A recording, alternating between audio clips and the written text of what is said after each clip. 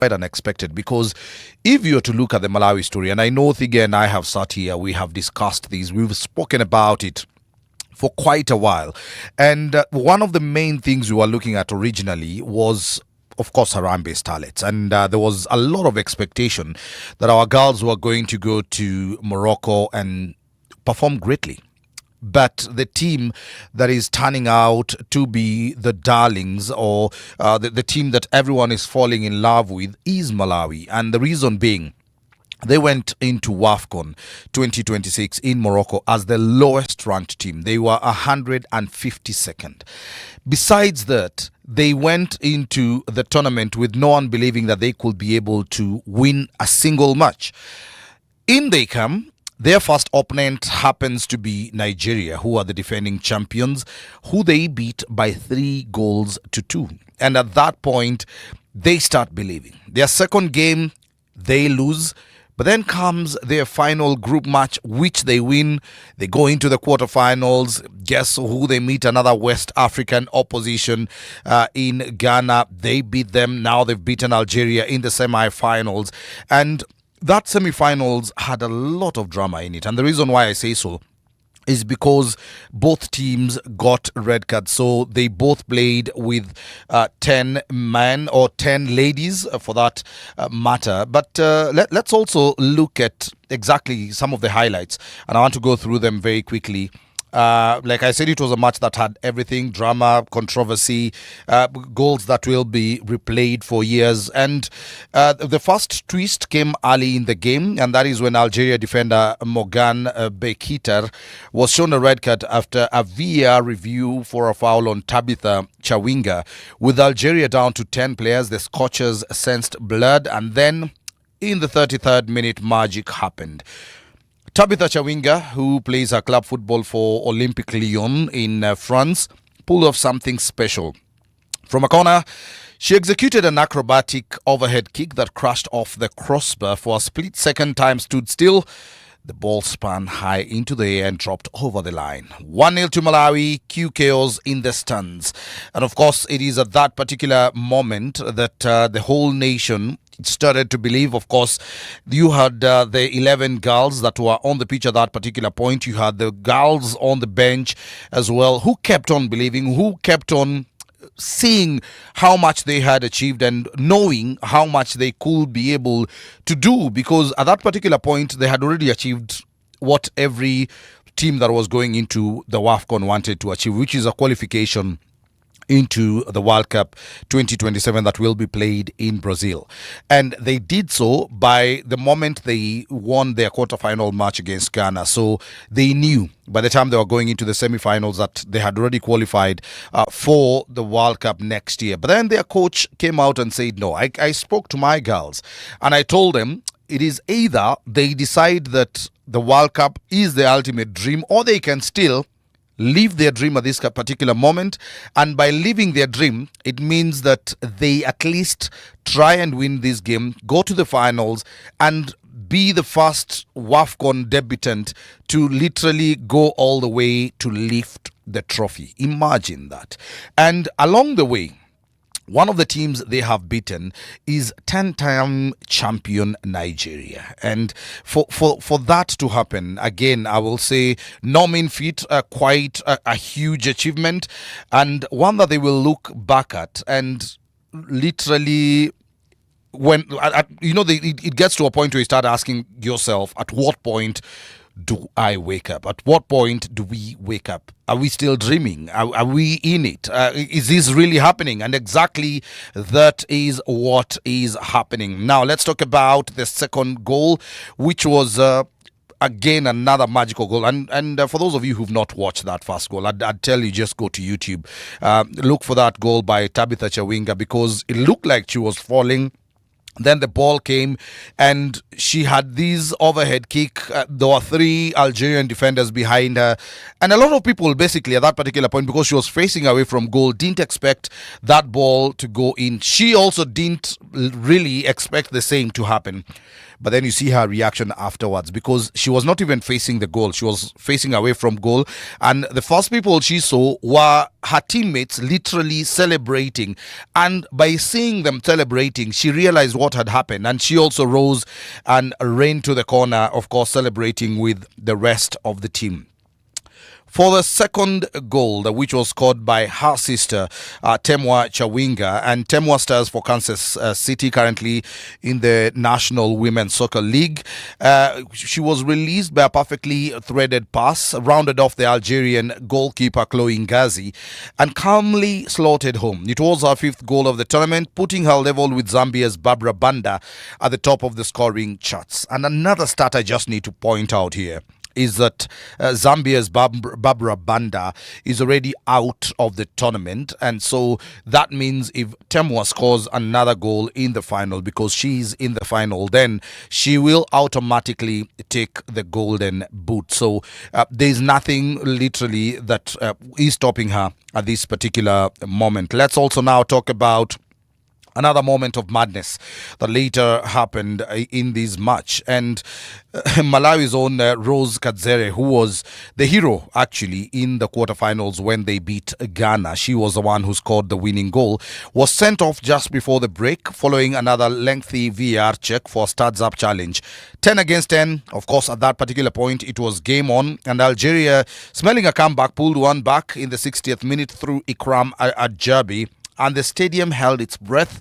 The nightmare of blowing a two-goal lead loomed large, but the Scorchers literally have ice in their veins. Where we have blood, they have ice. Where we sense tension, where we start panicking, they did not do any of that. They literally went for it. And it was Tabitha Chawinga again in the 76th minute, who delivered the knockout punch, took a diagonal ball from Benedetta Mkandawire, found a gap in the Algerian defense and slotted past Ngazi to make it 3-1.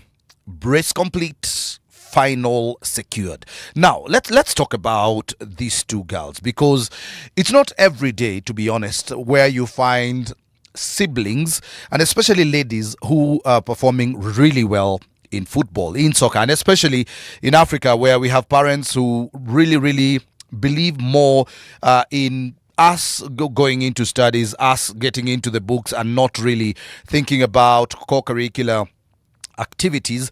But it is what it is. This Malawian team that we are talking about played its first major competition in the year 2002, and that is the Council of South African Football Association's Women Championship. That is a COSAFA women's tournament in South Africa, and they went in there as, of course, the underdog. Their team had just been formed, and when they got in there, one of the first things that happened is they were beaten by Zambia by 8-0. So that particular loss would have broken many hearts, and it did at that particular point break Malawian hearts. And they looked at it, and sponsors started pulling out, and they said football is not for us at that particular moment.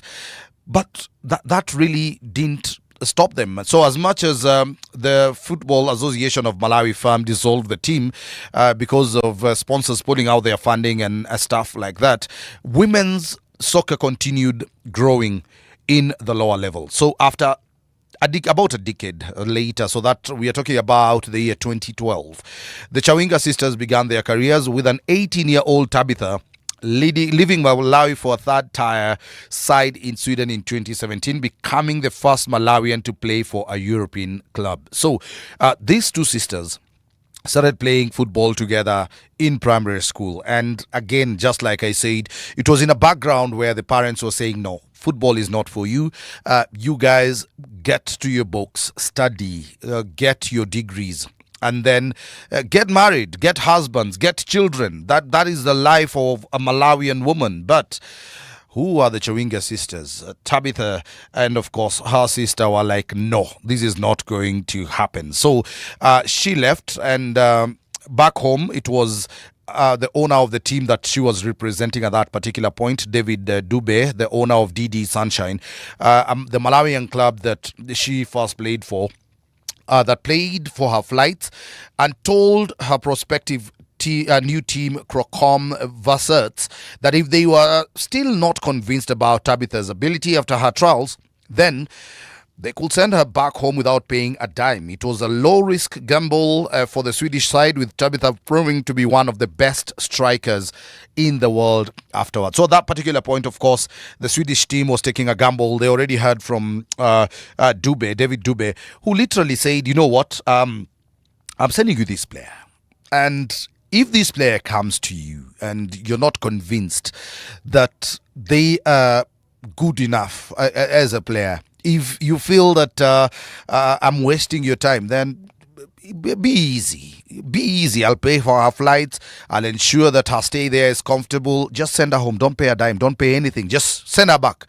And Tabitha's career since has spanned various teams across Asia and Europe, with loans at some of the biggest clubs in the world, including Inter Milan and Paris Saint-Germain in 2024. Of course, she signed with leading French club Olympique Lyon on a 3-year contract that runs through to June next year. In betting on herself, Tabitha inspired a generation of Malawian players to follow in her footsteps, including, most importantly, her youngest sister. And I say, and literally I read one of her quotes at that particular point. She had an interview with The Guardian back in 2023. The Guardian is an English newspaper. And from what she said at that particular point, she said, my parents did not support the idea that I wanted to play football. They wanted me to focus solely on school. And in Malawi and in most parts of Africa, parents believe that you have to go to school for you to do well. I was the one that took my little sister Temwa to go and play football. Temwa's pro career followed a similar path as that of her older sisters, and she got her start, of course, in Malawi at Blantyre 0 before spending 2 years in Sweden and then 3 in China, where she mastered her uncanny ability to score. Her talent caught the attention of the NWSL's Kansas City Current, where she has played since 2024. Temwa says this about her sister. She has been there for me always. And this is Temwa talking about Tabitha. When I started to play soccer, I went to Sweden because of her. She opened the door for me and she called me to go there.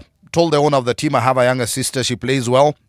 And the owner of the team, of course, at that particular point, a dim believer, because, we always vouch for our siblings. We always believe in our blood and people around us that we believe can be able to do well or even do better. So at that particular point, the owner of the club in Sweden, where Tabitha was playing, didn't believe that Tabitha had a younger sister that played very well as well. So Tabitha decided, you know what? To tell the owner the same thing that happened with her with David Dube. So she tells these owner, so I'll bring her here. She's my sister. I'll pay for her fare. I will stay with her. She'll stay in my house. I will accommodate her.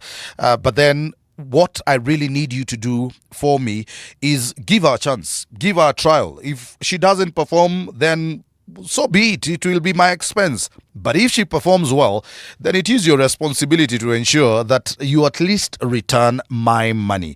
And yeah, of course, they did not believe that it was possible for one family to have 2 players that were very, very good. So in June, Temwa, who's the youngest of the 5 sisters, signed a contract extension that will keep her in Kansas City through 2029. And Temwa, of course, holds Tabitha in high regards, and she says she looks up to her sister at the end of the day. And right now, as they're playing together in the WFCON, it is a dream come true for both of them. They are living their dreams.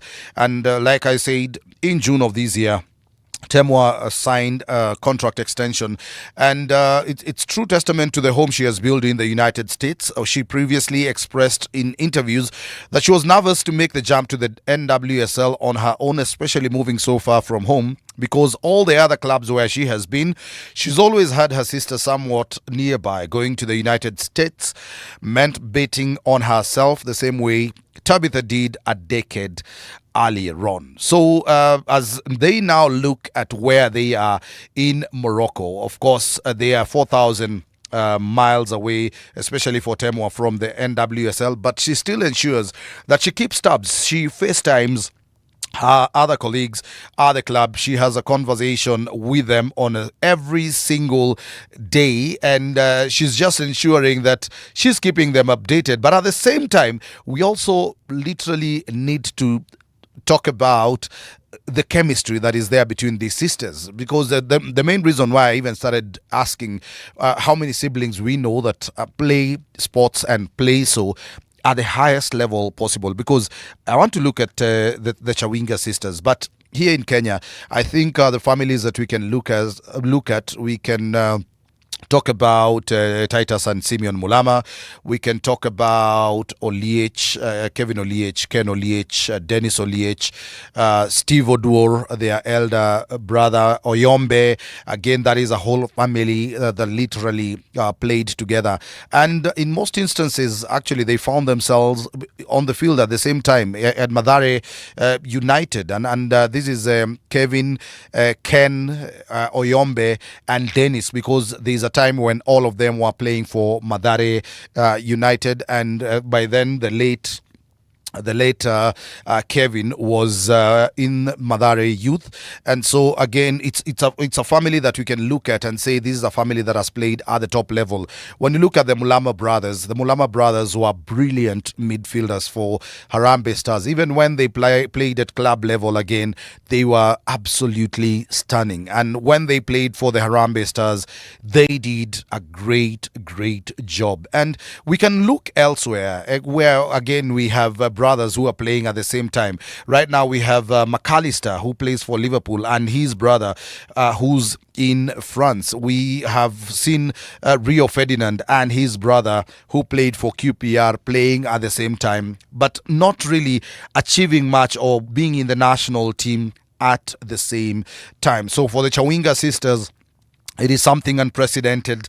It is a huge step, and just looking at some of the records, and I just want to look at some of the records that these two girls or these two ladies have broken. And I want to start, of course, with the elder Tabitha, because since sorry, I'll start with Temwa, because since arriving in the NWSL in 2024, her impact has been immediate. She has been named a league MVP in 2024 and 2025, becoming the first player to win the award in consecutive seasons. She also claimed the Golden Boot in both campaigns, so becoming the Golden Boot winner for both in both years of the National Women Soccer League back in the United States of America. For Temwa, again, we look at her first season in the United States, where she scored 20 goals during the regular season, setting what was then the NWSL record for goals in a single campaign. Her performances prompted Kansas City Current to secure her future with a contract running through 2029. In addition, she earned her first nomination for the Women's Ballon d'Or in 2025. So that's last year. So she made her international debut at the age of 18, scored her first goal for the national team in 2016. She also won both the Golden Boot and Golden Ball at the 2023 COSAFA Cup, scoring 9 goals in that particular tournament. So if we are to look at these two sisters, and again their involvement in ensuring that the Malawi Scorchers has made it all the way to the finals of this year's WFCON, it is quite a tale. And of course, again, it is a tale that cannot be told without mentioning the names of the Chawinga sisters. They play in the finals of WFCON against the Cameroon Lionesses, and all we can do is wish them the best, because it is a fairy tale, and nobody wants to see a fairy tale end. We want the story to continue, and the only way this story is going to continue is if they go all the way and lift that trophy. But should they not, we will still celebrate them, because at the end of the day, they've been able to achieve something that not many teams will be able to achieve ever. Because when you show up at a tournament as a debutant, as the lowest ranked, as the one team that everyone is thinking you're the whipping girls, you're the people that we're going to beat left, right, center, and then you punch way above your weight and show what it is exactly you're made of, come on. we can only celebrate you. So even a runner-up spot for them will be a win, not only for Malawi, but for African women's soccer in general. Now, I shift very quickly to the Cameroon team, because Cameroon also are able to beat the host Morocco on the same day to qualify for the finals. So the Moulay Hassan Stadium in Rabat was meant to be a fortress. 50,000 Moroccan fans had packed the stands draped in red and green, ready to sing their Atlas Lionesses to a third consecutive WFCON final. Instead, they left in stunned silence, witnesses to one of the most remarkable goalkeeping performances in African football history. Cameroon's Mikaeli Bihina, all 22 years of her, stood between Morocco and destiny. She saved not one, not two, but 4 penalties on a single night, including a 118th minute spot kick that would have sent the hosts through to propel the indomitable Lionesses into Sunday's final against debutants Malawi. And by the way, for those of you who are listening right now, for those of you who are tuned in, just know that the stories I am referring to are actually on our website. So that is radiogeneration.co.ke. You can go to the sports tab and you will find these stories. Now, let's talk about this lady Bihina, because at the age of 22 years old, and you're standing up in a stadium, to be quite honest, that has 50,000 fans that are shouting for the opponent, that are cheering on the opponent. You most likely will look around, feel intimidated, tell yourself, I don't think I can be able to do it. At the age of the 22, there's a lot of fear in you. But for this lady, she just went in there, showed pure courage, as in standout courage, literally standing against 50,000 people, and you're like, okay, the boos and everything, you're in goal, you're facing your opponent who's ready to take a penalty. It's 2 minutes to do the end of the match, because the match was on the 118th minute. Then somebody comes in to take a spot kick. And at that particular point, of course, you're telling yourself, pressure. Here is the pressure. It's coming. It's serious. It's real. Then you guess the right way the ball is going, punch it away, and the stadium goes into silence. And then the final whistle, the 120th minute, and now you're being told, you know what, we are now going into the penalties proper. But let me just talk about that particular beat, and that is the 118th minute, because the semi-final itself had been a tense, nervy affair. Morocco dominated possession, but could not break down a disciplined Cameroon defense. The breakthrough came in the most dramatic way possible in the 118th minute. Of course, with the extra time winding down, referee Vincentia Amedom pointed to the spot after a VAR review. The stadium erupted. Substitute Fatima Tagno stepped up, the weight of a nation on her shoulder, but Bihina read the run perfectly, diving to her right to palm away the team effort. The hush that followed was deafening. The penalty shootout that followed was Bihina's stage. Of course, at this particular moment, she knew she had already saved a penalty. She had no reason at all to be scared of anything or be scared of anyone. And so the first penalty was taken by Hanan Ait El Haj, and she converted for Morocco. Bihina went to work, of course, after that, and denied Kenza Shepel, Mariam Atik, and finally Sakina Uzrawi. And when teenage defender Mariam Nyaju stepped up for Morocco to slot home the winning penalty. For Cameroon, the dream was over for the hosts.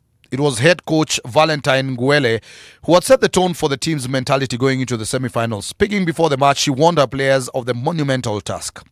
We are going to play against an entire country. The message is simple: enjoy yourselves, follow instructions, and give it your all. There should be no regrets. And to be quite honest, our players listened, facing 50,000 hostile fans and a 118th minute penalty. They had no regrets. Only the one thing they were thinking about at that particular point is a spot in the final, and a spot in the final they did get indeed. Now, I know when I was talking about Malawi, I spoke about the Chawinga sisters. Let's talk about Mikaeli Bihina. Who's Mikaeli Bihina? So, Mikaeli Bihina was born on December 28th, 2003, and she has been rising through the ranks very quietly. The 1.8 meter goalkeeper began her career in Cameroon with Social FC Dumbam before stints at Cano de Yaounde, Eclair de Sa, and she then made her top flight debut with Cano at just 15 years old and even won a silver medal at the 2019 African Games in Rabat, the same stadium where she would later break Moroccans' hearts. Her performances caught the attention of European scouts, and she now plays for Portuguese giants Benfica. In the 2023-2024 season, she recorded 8 clean sheets in 12 appearances for the club. Her goalkeeping idols, believe it or not, her own compatriot Andre Onana, Thibaut Courtois, and Manuel Neuer, from whom she tries to take something from each at any particular game. And she watches them play over and over again.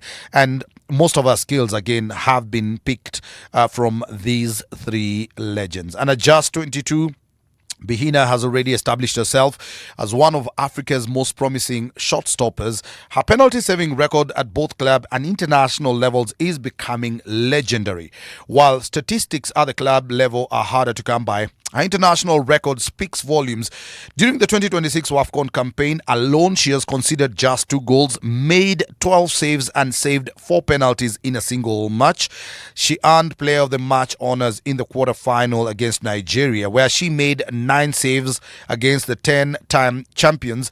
And of course, after her semi-final penalty shootout heroics, she was again named Woman of the Match. And this again is on Tuesday night. So what comes next for Cameroon? They have reached 4 AFCON finals, 2004, 2014, 2016, and this year in 2026. And imagine, every time that they have made it to those finals, those 4 finals, each of the finals, they have faced one team, and that is Nigeria, who they faced in the quarterfinals and who they beat at that particular stage. And to be quite honest, it was a joy for them to beat Nigeria finally, because you can imagine having this team that you try to beat over and over and over and over again, but then they just keep beating you. And so 4 finals down the line, they now face Malawi, who are also who are debutants into this particular tournament. And what this also means for WAFCON in 2026, it will be the first time we don't have either Nigeria or Morocco in the final. And what that also means is we will have a new champion in the WAFCON 2026. So the name that will be there, be it Malawi, be it Cameroon, will be a new name, because none of the two sides has ever won this trophy before. And the question, of course, will be, will Malawi's fairy tale story continue? Will it be Cameroon who finally break their duck and manage to literally win this trophy for one final opportunity at this particular time, because they have an opportunity. Now, I'm not saying that they'll never make it to another final. Of course, we are hopeful that they will, but I will be very honest. I'm still rooting for Malawi because of their story. But if Cameroon also win it, you know what? I will be happy for them. I take a short commercial break. I'll be back to give you more. This is Radio Our social media platforms. We will review and respond within 30 days of receipt. Thank you for choosing Radio Generation. Oh, yes, we cannot reiterate enough how grateful we are that you choose Radio Generation as your station of choice. And of course, right now you're listening to the Sports Garage Extra with me, Sami Muraya. 88.8 in Nairobi, 90.7 in Mombasa, 89.5 in Garissa. And for those of you who are tuned in via our socials or who follow us on our socials, you can do so via Radio Gen KE, apart from Facebook, where you will find us on Radio Generation Kenya. Now, I want to move away from WAFCON and move to another story that has been making the headlines over the last few days, and that is the appointment of Xavi Hernandez as the new head coach of the Netherlands national team. So the 46-year-old Spaniard has signed a contract that will keep him at the helm through to the 2030 World Cup, marking a new chapter for the Orange. He takes over from Ronald Koeman, who resigned after the Netherlands' shocking round of 32 exit to Morocco at the 2026 FIFA World Cup on penalties. Xavi is not the first foreign coach, of course, in Dutch history. And for those of you who might not know, he is going to be the first in nearly half a century. The last foreign coach to coach the Dutch national team was legendary Austrian manager Ernst Happel, who led the Netherlands to the 1978 World Cup final. It's a huge statement of intent from the KNVB, a federation known for its deep-rooted footballing philosophy. Now, the questions have been asked to Xavi, and of course, some of us who have seen the growth of the tiki-taka system in Barcelona, of course, and in Spain in general. We know very well that was brought by Johan Cruyff, and Johan Cruyff literally brought these to Barcelona, and it was off the workings of another great called Rinus Michel, who was the architect of the tiki-taka system. And of course, it is something that has evolved over time, and which we have to give credit to Barcelona for, and of course the Spanish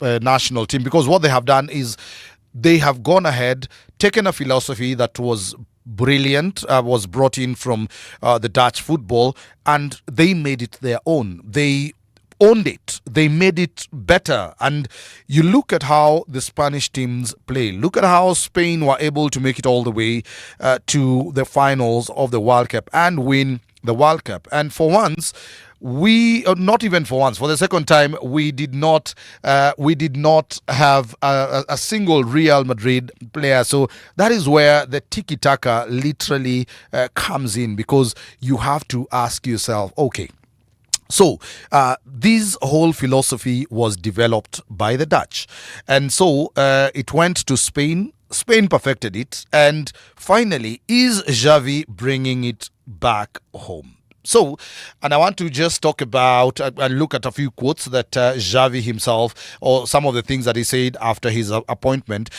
He said that this is not just a job. It feels like a homecoming.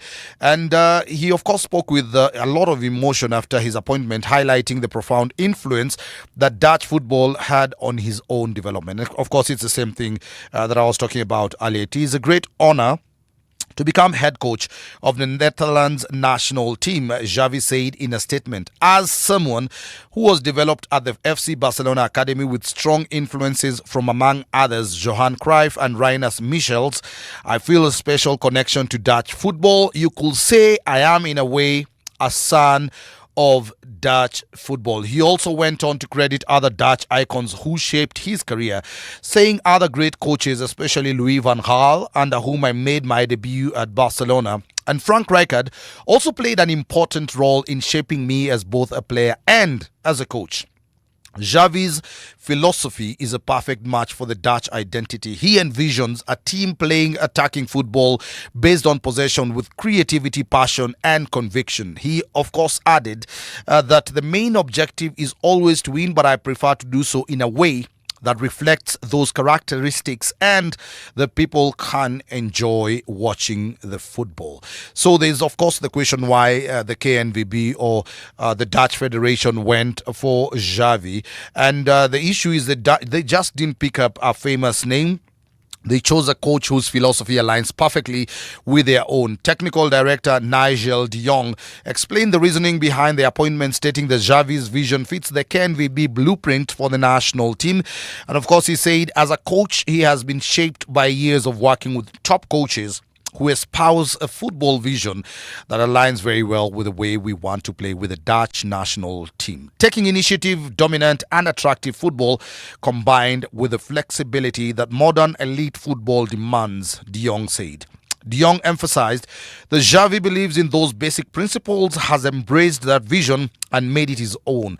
All of that combined with his personality and the way he knows how to connect with players and get the best out of a group makes him the right choice in the coming years. And of course, the questions will be asked, and those questions will be asked by fans who support the Orange, like myself, because I'm a huge fan of the Dutch national team. Is Xavi going to be the savior? Is the beautiful game finally going to go around full circle, from coming to Netherlands, going to Spain, and now coming back from Spain to the Netherlands? Is this what is going to open that elusive World Cup? Because anytime you talk to any Dutch fan or any Dutch player, one of the things they'll tell you is the one thing that they would want to place their hands on is the World Cup. That is the dream of any team, by the way, playing internationally or playing international matches.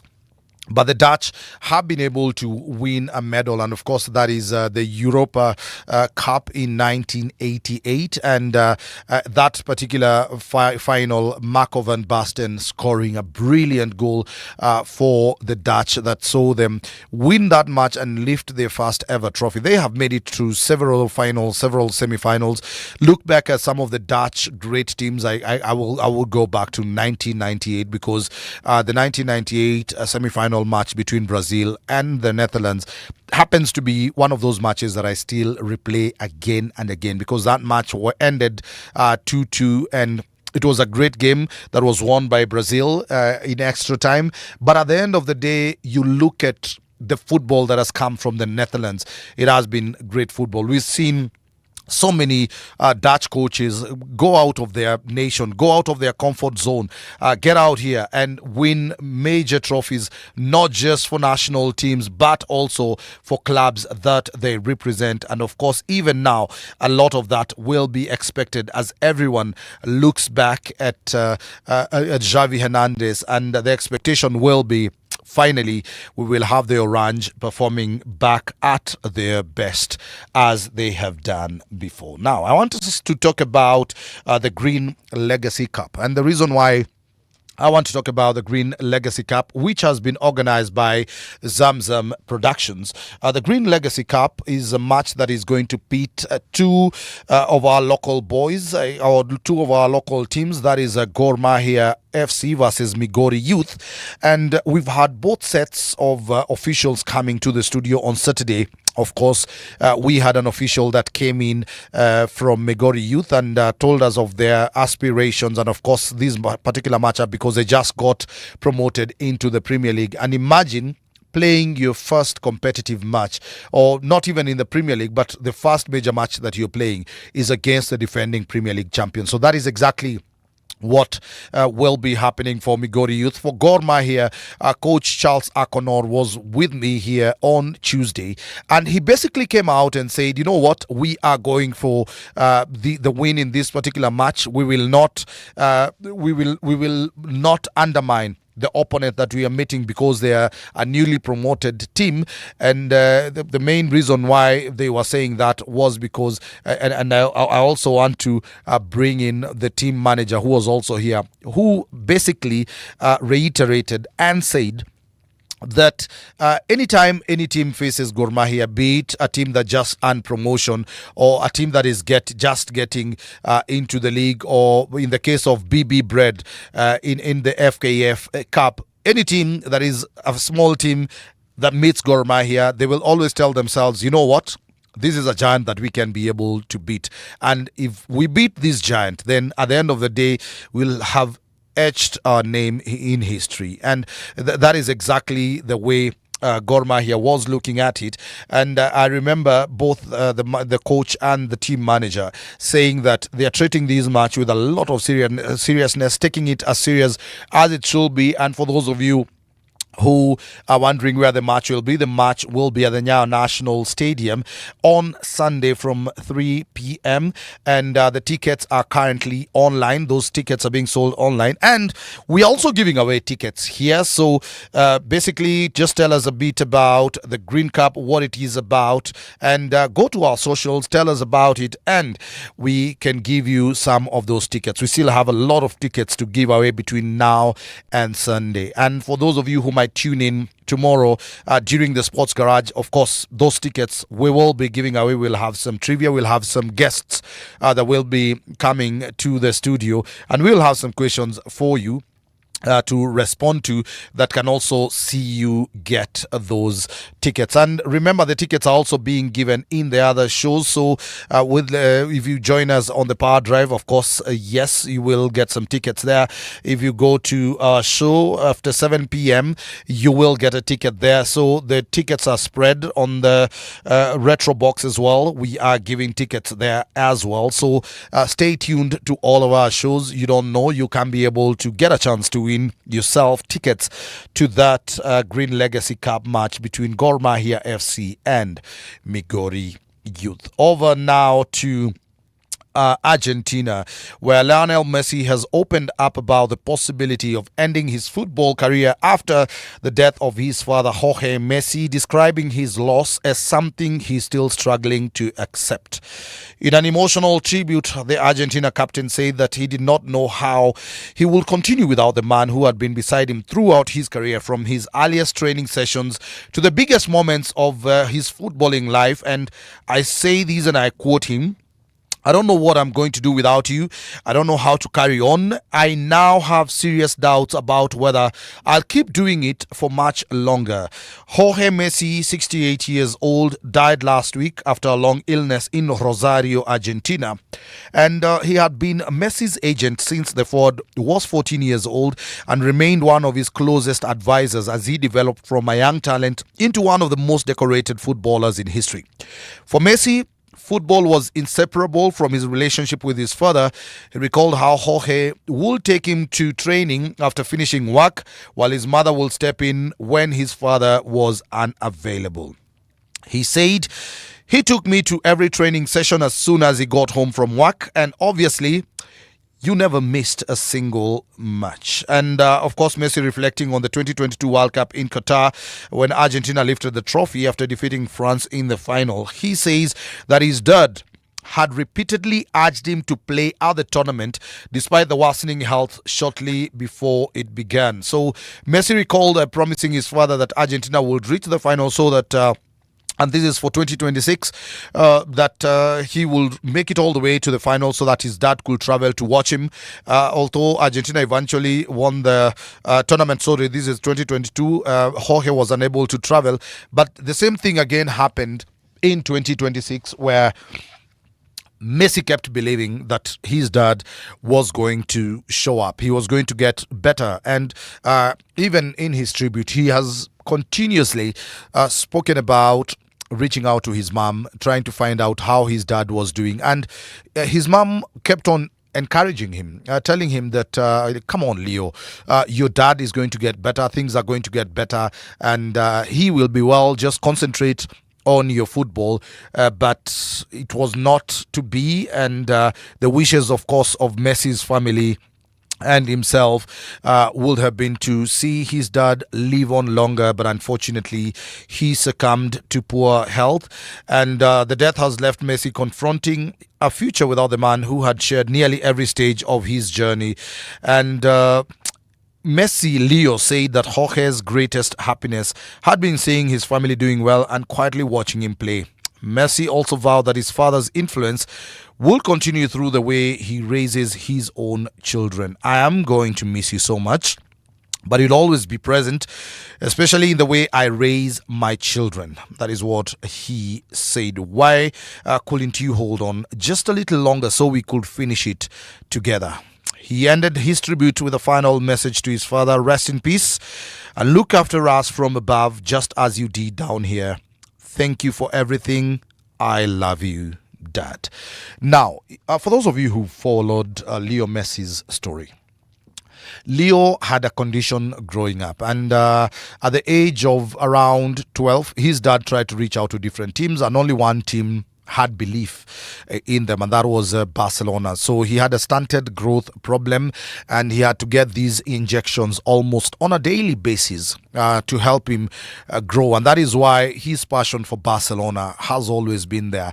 And the one person that stayed true to him, the one person that was besides him as he headed off to Barcelona, a new land, a new nation, as a very young boy, was his dad. So he's been there for him, has been by his side from, of course, his birth, but the period that a lot of people will resonate with will be that period from when he signed for Barcelona until when he left Barcelona, and until, of course, his dad rested. They have always been very close to each other. May Jorge's soul rest in eternal peace.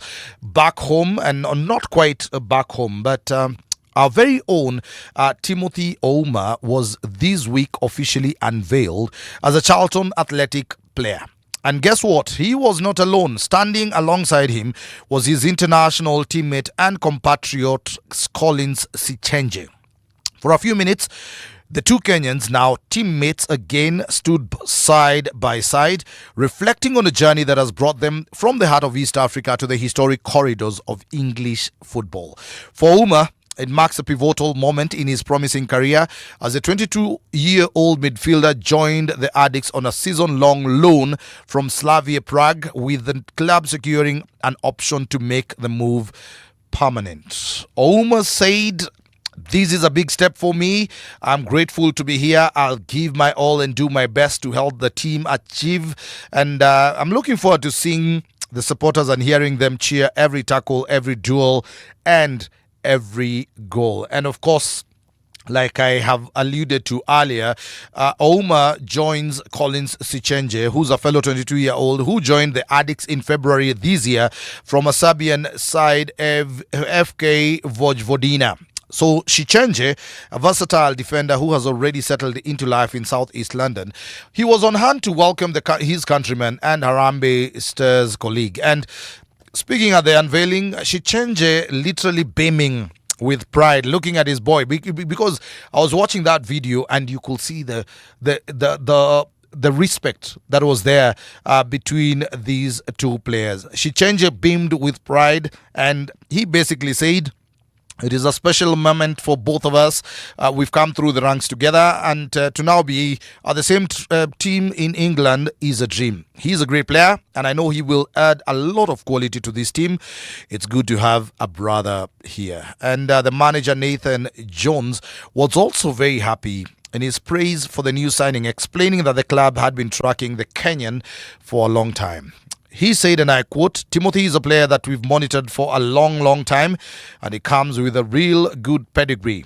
And he also said he's an athletic, technical midfield player who's had some good experience, and he'll add real quality to our midfield. And to be quite honest, and I know these are conversations that we've had here previously. For us as Kenyans, I think it's a pride moment for us, and a moment that we'll look back to and look at other prospects, the Kenyan prospects that are coming up in England. I'll talk about Sami Henia Kamau, who unfortunately was released by Hull City. He helped them qualify for the Premier League this season, but unfortunately he was released in June. We also have Tyler Onyango. Again, two players who've literally also come out and said that they want to play for the Harambee Stars, and they did play in their debut matches. Another player is Sydney Agina, who's coming up again through the ranks. So we can be able to look back and say that our very own Victor Mugobi Wanyama has molded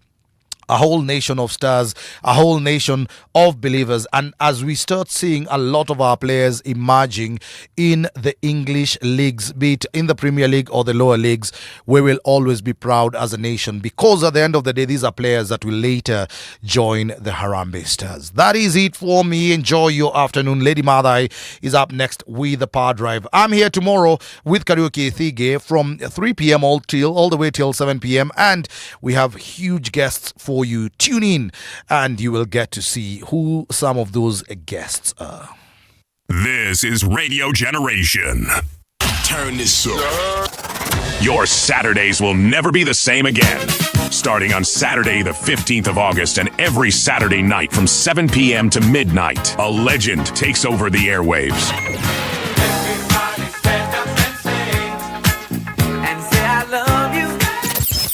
John Karani Live. Get ready for 5 unforgettable hours of the biggest hits, exclusive celebrity interviews, trending conversations, entertainment news, exciting giveaways, audience shoutouts, and non-stop weekend vibes to midnight. This is Radio Generation. Radio Generation. It's 3:01. Radio Generation. The sound is fine. Pump it up, turn it high all the time. Let the music move you, let's sway. Radio G's got your jam all day. Radio Generation, the home of urban soul.